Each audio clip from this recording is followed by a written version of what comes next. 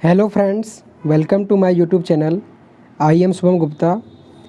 तो जैसा कि हम लोग पहला चैप्टर पढ़ रहे थे विज्ञान का, और इस पहले चैप्टर में आज ही हमारा इस लेक्चर का 5वां भाग हो जाएगा। तो इस 5वें भाग में हमने जहाँ से छोड़ा हुआ था वहाँ से चैप्टर को कंप्लीट करते हैं। तो जैसा कि हम लोगों ने चौथे भाग तक वाष्पीकरण के बारे में पढ़ लिया था, तो उसके आगे से आज हम जो है बात करेंगे। तो आइए इसको देखते हैं। तो जैसा कि जो टॉपिक था हमारा कि वाष्पीकरण के कारण शीतलता कैसे होती है, उसके बारे में आज हम बात करेंगे। तो देखिए होता क्या है इसके बारे में। तो देखिए इसमें होता क्या है, जैसे खुले बर्तन में, मतलब कि जो बर्तन ऐसे कोई खुला हुआ बर्तन हो, उसमें अगर हम द्रव रख दें तो द्रव निरंतर जो है वाष्पीकृत होता रहता है। और वाष्पीकरण के दौरान होता क्या है कि कम हुई ऊर्जा को पुनः प्राप्त करने के लिए द्रव के कण अपने आसपास से ऊर्जा अवशोषित करते हैं। मतलब कहने का ये है कि जैसे मान लीजिए कोई खुला बर्तन था जिसमें कि द्रव के कण रखा हुआ था और ये वाष्पीकृत हो रहे थे, तो इससे होता क्या है कि इनकी ऊर्जा की हानि होती है।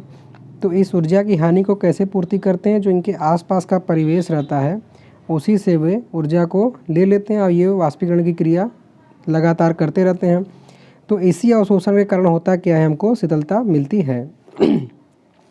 इसी को आगे एक उदाहरण से और समझें। तो जैसा कि हम जानते हैं कि ये जो एसीटोन होता है, एसीटोन मतलब कि जो नाखून की पॉलिश हटाने वाला द्रव होता है, इसको अगर अपनी हथेली पर गिराते हैं तो होता क्या है कि कण आपकी हथेली से ऊर्जा को अवशोषित कर लेता है, और अवशोषित करके होता क्या है कि वो वाष्पीकृत हो जाता है। मतलब कि जैसा ही उसको अपने हथेली पर लगाते हैं तुरंत ही जो उड़ जाता है। मतलब ये क्यों उड़ जाता है, वाष्पीकरण की क्रिया के दौरान। और इससे होता क्या है कि हमारे हथेली पर शीतलता महसूस होती है। उसके साथ ही एक उदाहरण से अगर और इसको समझें कि हमें ठंडा कैसे लगता है, तो ये आप देख सकते हैं कि तेज़ धूप वाला जब दिन रहता है तो गर्म दिन के बाद शाम को लोग अपनी छत पर या खुले स्थान पर जल छिड़कते हैं। तो इससे होता क्या है कि क्योंकि जल के वाष्पीकरण की गुप्त ऊष्मा गर्म सतह को शीतल बनाती है। मतलब कि जब उसको हम छिड़कते हैं जल को, तो उससे होता क्या है कि उस समय जो गर्मी रहता है, एब्जॉर्ब रहता है दिन भर का, अवशोषित किया रहता है छत या बाहर का ज़मीन, वो पानी छिड़कने से वो गर्मी उस जल में अवशोषित हो जाती है। और अवशोषित होने के कारण होता क्या है कि जो है वो गर्मी को अवशोषित कर लेती है और वाष्पीकरण हो जाता है और ज़मीन को ठंडा कर देती है। उसके साथ वाष्पीकरण की क्रिया के द्वारा होता क्या है कि गर्मियों में हमें सूती कपड़े क्यों पहनना चाहिए, इसमें भी जो है वाष्पीकरण का बहुत ही महत्वपूर्ण रोल है। देखिए क्या है कि शारीरिक प्रक्रिया के कारण गर्मियों में हमें ज़्यादा पसीना आता है। जैसा कि आप जानते हैं कि गर्मी के दिनों में हम शरीर से बहुत ज़्यादा पसीना आता है। तो इससे हमें शीतलता कैसे मिलती है, इसके बारे में हम देखते हैं। तो देखिए,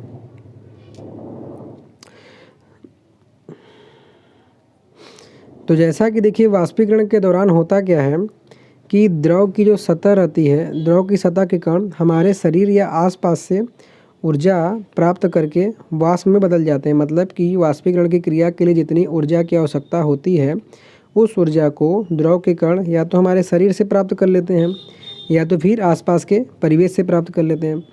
फिर उसके बाद जब इससे तो ये वाष्प बदल जाते हैं, और वाष्पीकरण की जो प्रसुप्त ऊष्मा रहती है के बराबर उसमें ऊर्जा हमारे शरीर से अवशोषित कर लेते हैं। भाई जब उनको मतलब कि वाष्पीकृत होना है, तो वाष्पीकृत होने के लिए जो उनको ऊष्मा चाहिए वो ऊष्मा तो हमारे शरीर से ले लेते हैं, तो उनको वाष्पीकरण की क्रिया हो जाती है और हमारे शरीर से ऊष्मा निकलने के कारण शरीर को हमारे शीतल लगता है।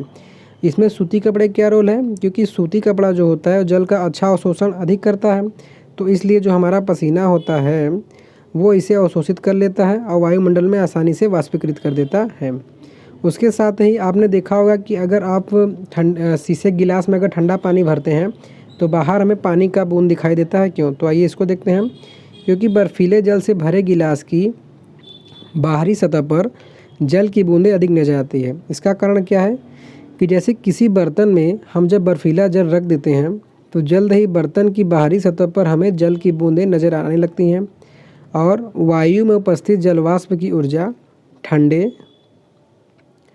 वायु में उपस्थित जो उसमें जलवाष्प रहता है वो ठंडे पानी में संपर्क में आकर कम हो जाता है। कहने का मतलब ये है कि जैसे मान लीजिए ये हमारा गिलास है, और इसमें हमने भरा हुआ है ठंडा पानी, ठीक है।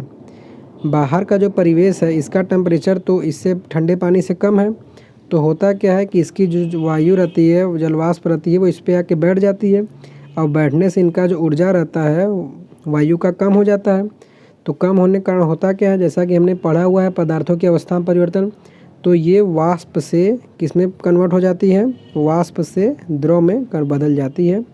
और यही द्रव होता क्या है, जो कि हमें शीशे पर बैठा हुआ नज़र आता है, जो कि आप देख सकते हैं कि पानी के संपर्क में आकर कम हो जाती है और यह द्रव अवस्था में बदल जाता है, जो हमें द्रव की बूंद के रूप में नज़र आता है।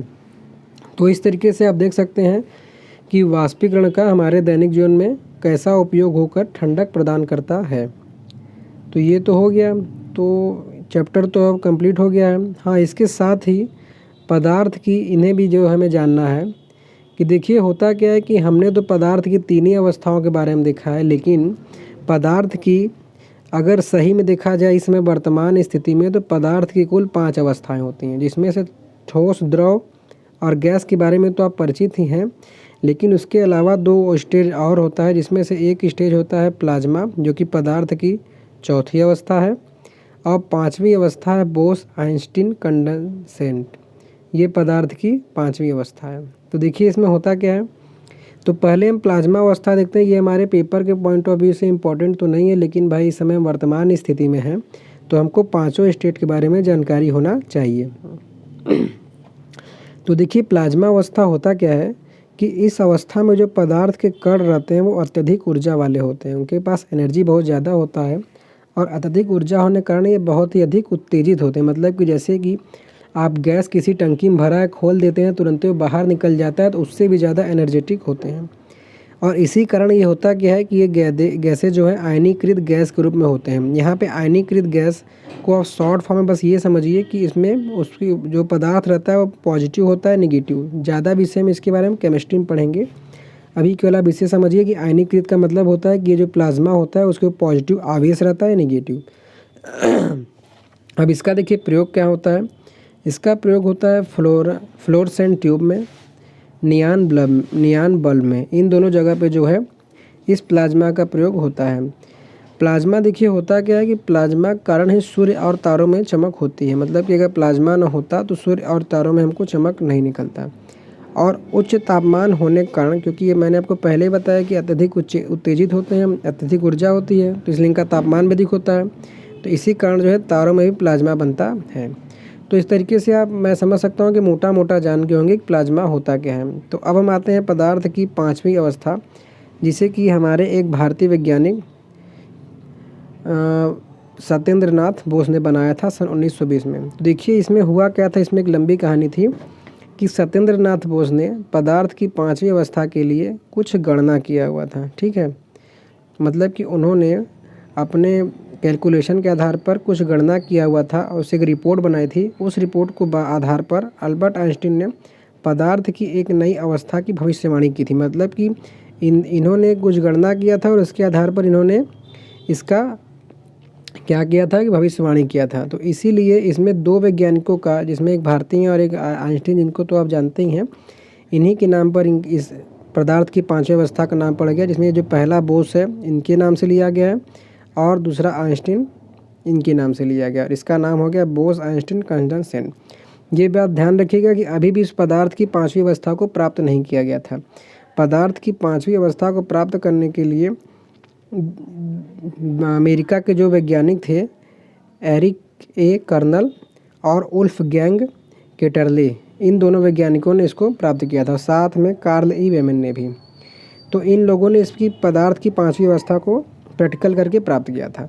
तो अब देखिए पदार्थ की 5वीं अवस्था में होता क्या है कि जो ये सामान्य वायु रहता है, मतलब कि जो हमारे आसपास का वायु रहता है और उसका घनत्व जो रहता है, घनत्व का मतलब होता है द्रव्यमान, जिसको हम मास m से लिखते हैं, बटे आयतन, इसी को घनत्व कहा जाता है, कि 1,00,000वें भाग। मतलब कि जो वायु का द्रव्यमान और आयतन का अनुपात होता है, उसको अगर हम 1,00,000 से भाग दे दें तो उतने कम घनत्व वाली गैस को कम तापमान पर फिर अगर ठंडा किया जाए, बात समझ रहे हैं ना, कि पहले जो सामान्य वायु का जो द्रव्यमान और आयतन का अनुपात रहेगा, उस वो निकालने के बाद उसको हम 1,00,000 से भाग दें, फिर उसको ठंडा करते हैं, तब हमको ये BEC जो कि बोस आइंस्टीन कंडेंसेट, इसको शॉर्ट फॉर्म में यही कहा जाता है, इसका शॉर्ट फॉर्म है ये, प्राप्त होता है। तो दोस्तों इस तरीके से हमारा ये चैप्टर आज ये कंप्लीट हो जाता है। आशा करता हूँ कि बताई गई सभी जानकारी आपको समझ में आया होगा। अब इसके नेक्स्ट लेक्चर में अगर आप कहेंगे तो मैं आपको इसका जो है जितना न्यूमेरिकल है सब करा भी दूंगा, नहीं तो मैं फिर दूसरा चैप्टर शुरू करता हूँ। जैसा आपकी इच्छा रहे बताइएगा, क्योंकि मेरा ये मानना है कि अगर आपने अच्छे से पाँचों लेक्चर देखा हुआ है तो आपको किसी प्रकार की कोई भी दिक्कत नहीं आएगी क्वेश्चंस को करने में। ठीक है, तो इसी के साथ आज का ये लेक्चर यहीं से हम समाप्त करते हैं। समझ में आया हो तो प्लीज़ वीडियो को लाइक कीजिएगा और चैनल को सब्सक्राइब करना मत भूलिएगा, और अपने कमेंट हमें लिख के ज़रूर बताइएगा। ठीक है, सो थैंक यू।